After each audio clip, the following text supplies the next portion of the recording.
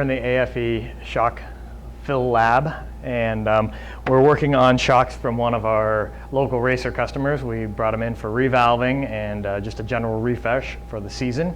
And so we've got the shock all apart right now. We've put in a new body tube for him. We're using his BOA mount system. He's racing a C5 car. Going to hopefully go to the SCCA Nationals with that this year.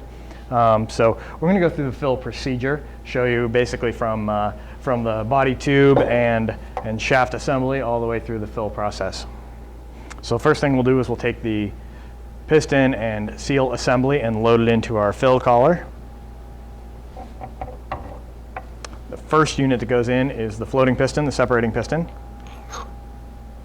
Then the piston and shaft assembly goes in. We've got the Teflon glide ring, the new O-rings, and the sealing snap ring, all of that valving.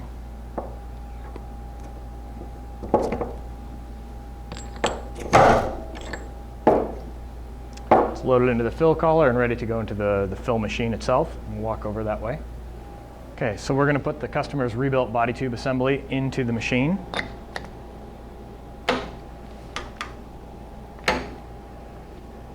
Lock it all down, check the settings on the machine, make sure we're ready to fill a Corvette front. Make sure we're in good shape. And hit go. So you can see on this gauge the nitrogen pressure is being charged and adjusted to the precise value.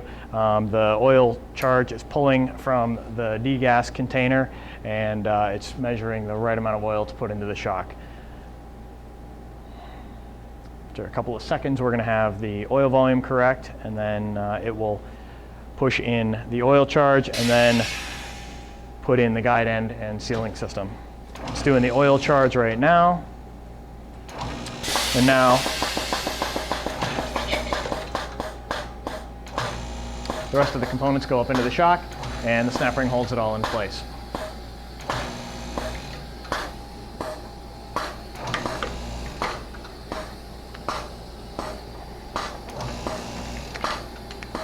Unlock the machine, pull it out, and now we've got a charged, filled shock that we'll take over to the shock dyno.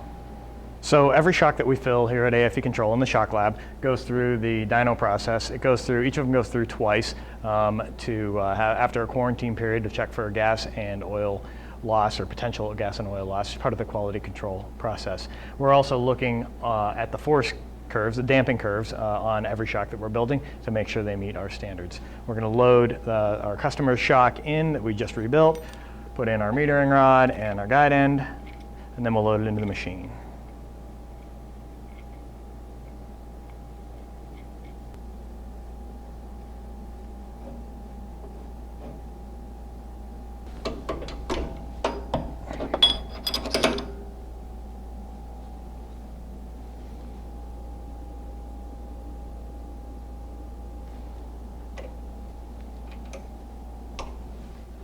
You'll notice there's an infrared sensor. We monitor the shock temperature during all of the testing.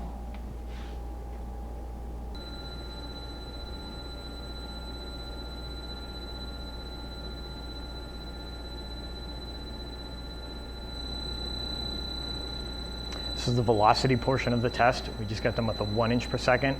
We're onto the 2 inch per second now. We'll run it all the way up to 30 inches per second at our maximum setting.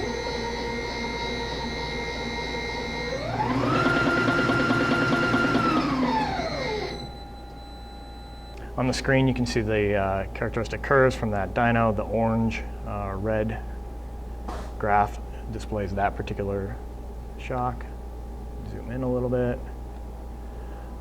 We'll often look at the specific PVP plots to see the characteristics, look for low hysteresis, and you can see the curve is a digressive curve like all of our Corvette valving, both on the rebound side and on the compression side. Notice the characteristic even all the way out at 10 inches per second. And this shock looks good. We also check in the report, we look at gas pressure and a few other seal drag items and make sure that we're all within tolerance.